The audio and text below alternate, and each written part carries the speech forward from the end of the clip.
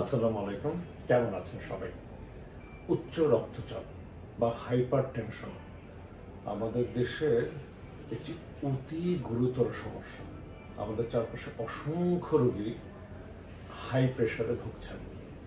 তো এখন এই হাই প্রেশার সম্বন্ধে আমাদের চারপাশের সমাজে, চারপাশের মানুষের ভেতরে 5টা ভ্রান্ত ধারণা নিয়ে আজকে আমি কথা বলবো।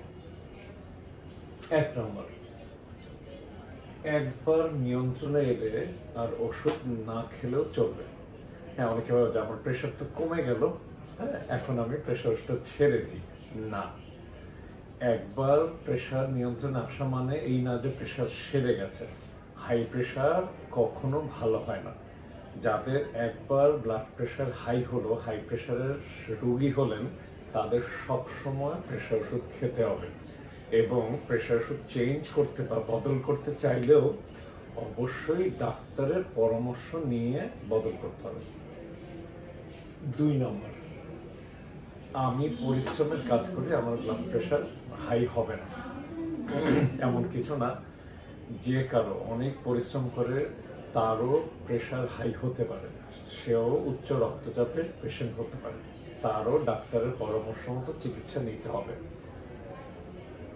3 নম্বর ভ্রান্ত ধারণা আছে যে এটা শুধু বয়স্কদের হয়, হ্যাঁ মুরব্বীদের হয়, এমন কিছু নাই। 30 বছরের পর থেকে যে কারো হতে পারে। হ্যাঁ, আর ইদানিংকালে লাইফস্টাইলের কারণে আরো কম বয়সের পেশেন্টদেরও আমরা ব্লাড প্রেশার হাই পাচ্ছি। কাজেই আমার বয়স কম, আমার হাই প্রেশার হবে না এমন কিচ্ছু না, নিয়মিত প্রেশার মাপতে হবে। 4 নম্বর ভ্রান্ত ধারণা, এই যে ব্লাড প্রেশার অনেকেই রেগুলার মাপে না।